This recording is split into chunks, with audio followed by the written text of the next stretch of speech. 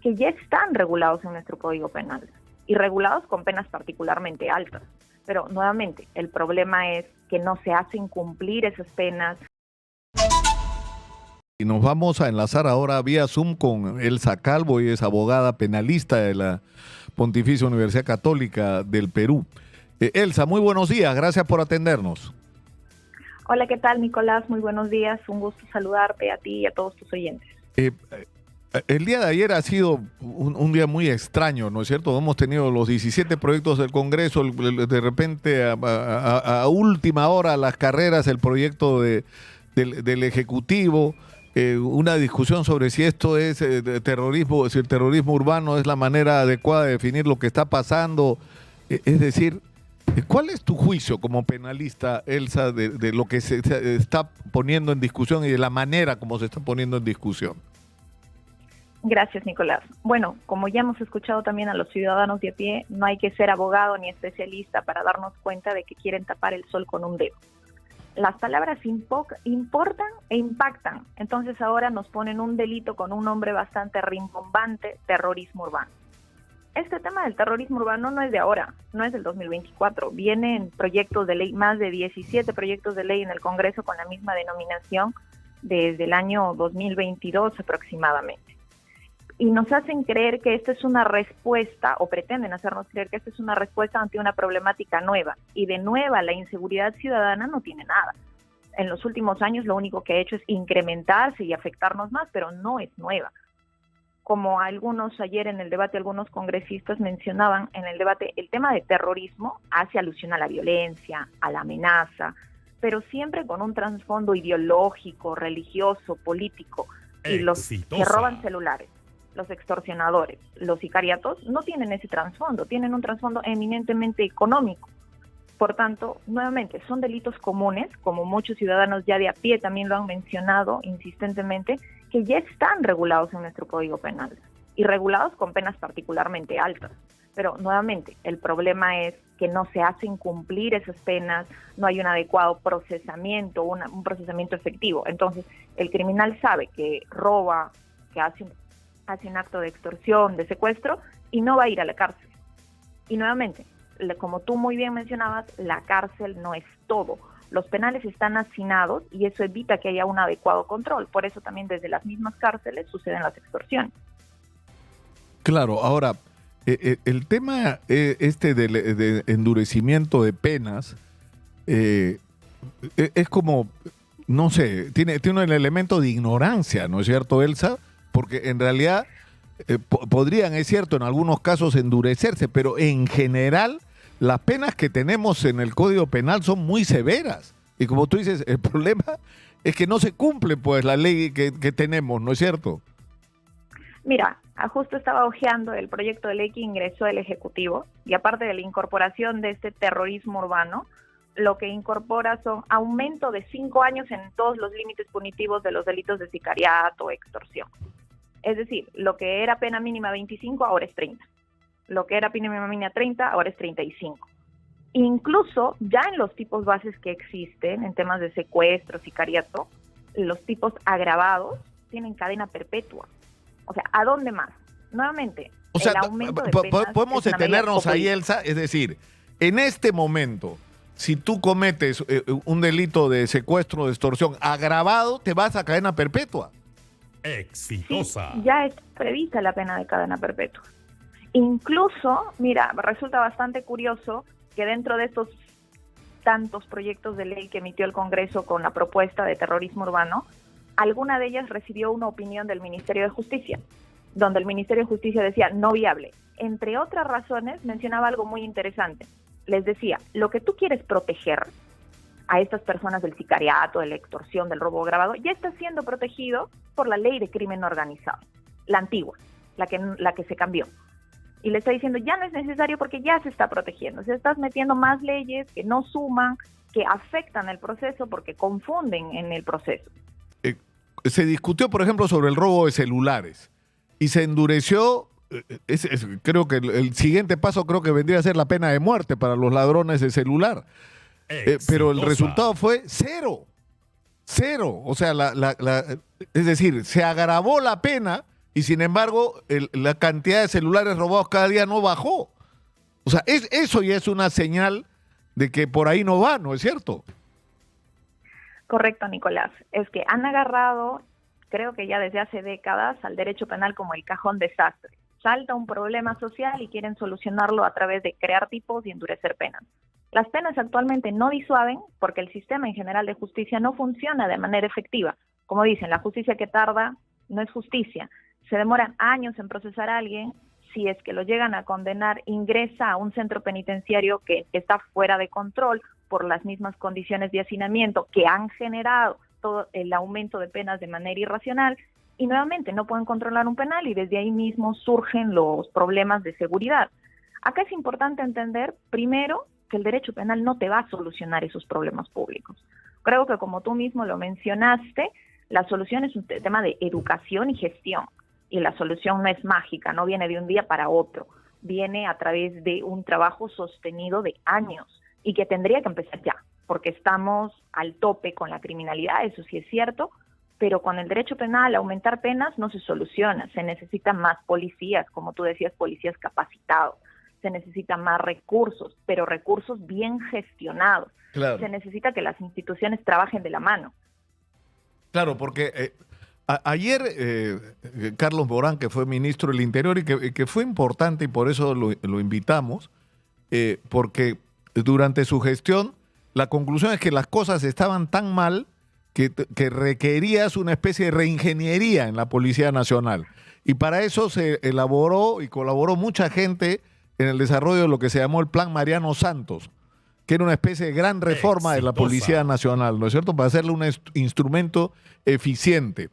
Y eso suponía un plan de largo plazo, que suponía la reforma de las escuelas, incluso desde la formación del policía hasta todos los temas de logística, de reingeniería personal, había de introducción de tecnología, es decir, era un plan completo y de largo plazo, pero también planteaba medidas urgentes, digamos, que ahora son más urgentes que nunca porque la situación se ha agravado. Lo increíble, Elsa, es que metieron el plan en un cajón y el trabajo esforzado de un montón de gente de la propia policía no sirvió para nada. Cuando ahí están, en ese cajón están las respuestas, que si se hubieran empezado a hacer estaríamos en otra situación.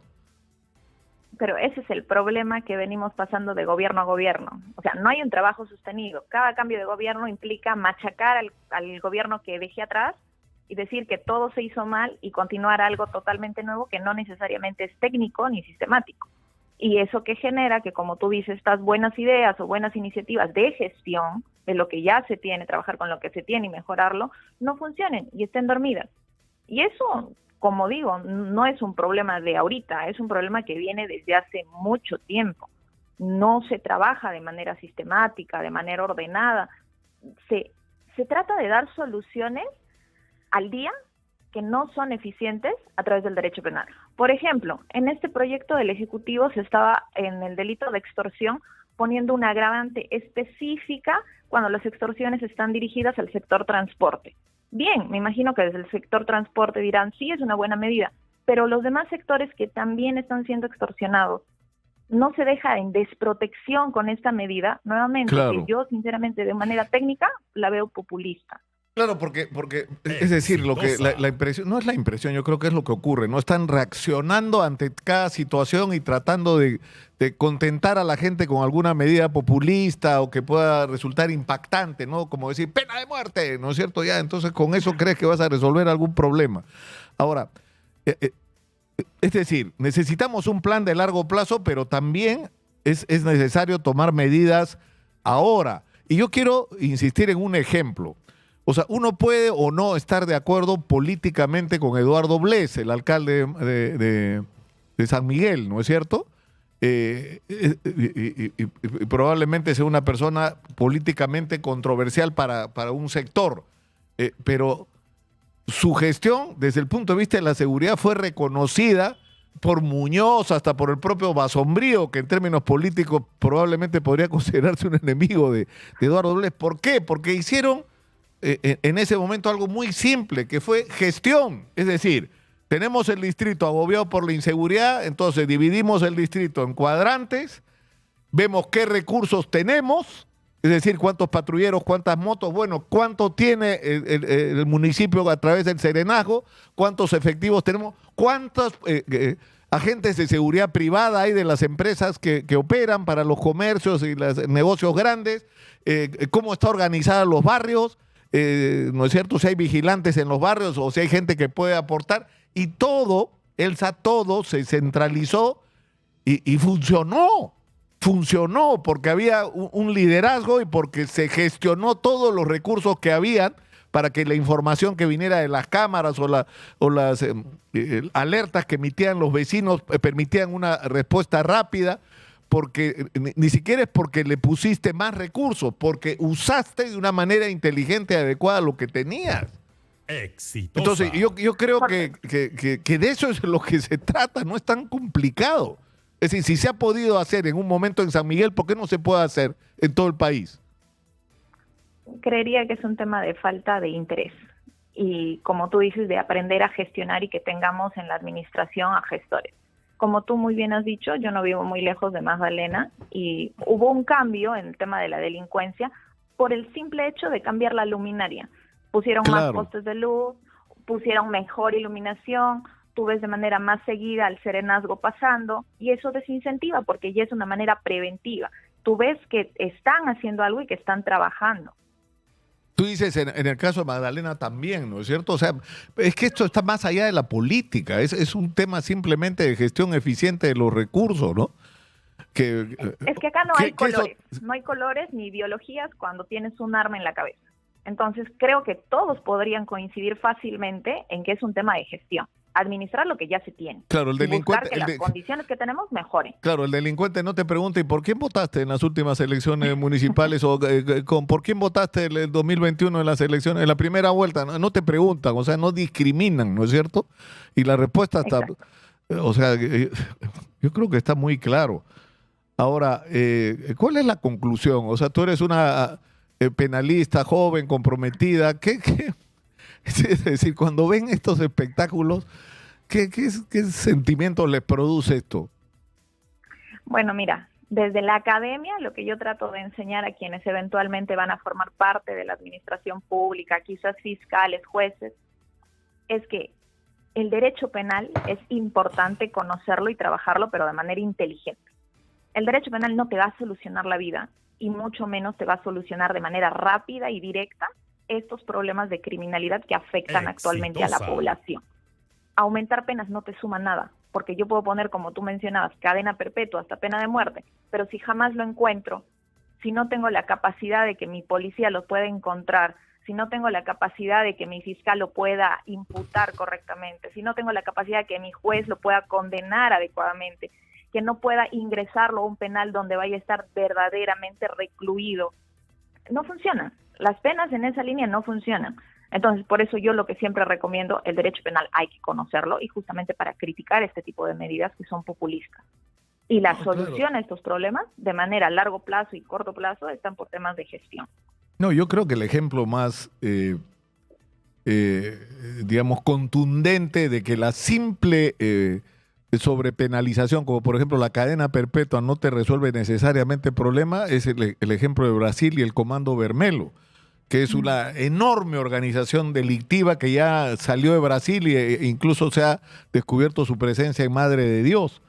Y los dirigentes del Comando Vermelho son presos condenados a cadena perpetua. Es decir, esos señores no van a salir más de la cárcel y te aseguro, Elsa, que no quieren salir de donde están porque tienen una cantidad de privilegios y desde ahí dirigen una organización que tiene miles de integrantes, miles. El Comando Vermelho es una de las organizaciones criminales más grandes del mundo y la dirige gente que está sentenciada a cadena perpetua. Entonces, si no resuelves el problema de las cárceles, de nada te vale que mandarlos a cadena perpetua porque van a seguir delinquiendo allá adentro. Sí, coincido totalmente. Y esto también va de la mano con ya otro problema que también se tiene que atacar de manera pronta, que es el tema de la corrupción. Elsa. ¿Cuál es la corrupción y cuál es el manejo y el control que existen en el sistema penitenciario? Elsa, te agradezco mucho por habernos atendido. Elsa Calvo, Exitosa. abogada penalista de la Pontificia Universidad Católica del Perú, ha estado con nosotros y